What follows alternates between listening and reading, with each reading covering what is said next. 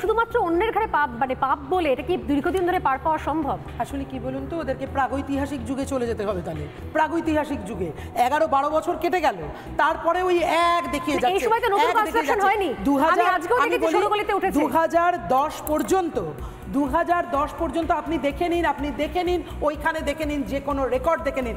2010 পর্যন্ত ওই এলাকায় 99 নম্বর ওয়ার্ডে একটিও বেআইনি বাড়ি এই ধরনের কিচ্ছু ছিল না। 2010 থেকে 15 পর্যন্ত ইনি ছিলেন কাউন্সিলর। এই সময় আবার রমরম করে শুরু হয়, আবার 2015-তে হেরে যান, তখন আবার সেটা বন্ধ হয়, বেআইনি বাড়ি নির্মাণ বন্ধ হয়, আবার নতুন করে 2015-এর পর ভোট এবং এরা ভোট লুটে এসছেন একের পর এক। ওই কারণেই ভোট লোটা, কারণ সিন্ডিকেট গোটাটা এর কাছে ওই যাবে, এর কাছে স্কয়ার ফিটে যাবে, ওর কাছে ওই যাবে, শুধু এই কারণে স্বাভাবিকভাবেই হচ্ছে এইটা করা।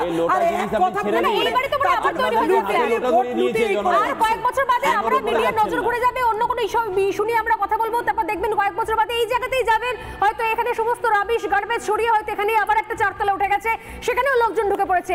এটা চলতেই থাকবে, আমি জানি না শেষ কোথায়। এবং জানি না কি শেষ করার আগে আজকে কিন্তু এই ঘটনার অভ্যন্তরীণ তদন্ত শুরু হয়েছে এবং ভাবলে অবাক হবেন আপনারা, ওই ফ্ল্যাটের যে 8 আবাসিক তাদের বিরুদ্ধেও কমপ্লেন করেছে, আইনি পদক্ষেপ নিয়েছে পুরসভা। তারা কোথায় যাবে?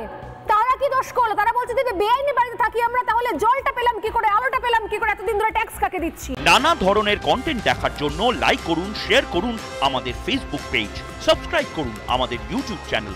পাশাপাশি অন্যান্য ব্রেকিং নিউজের জন্য অবশ্যই চোখ রাখুন রিপাবলিক বাংলায়।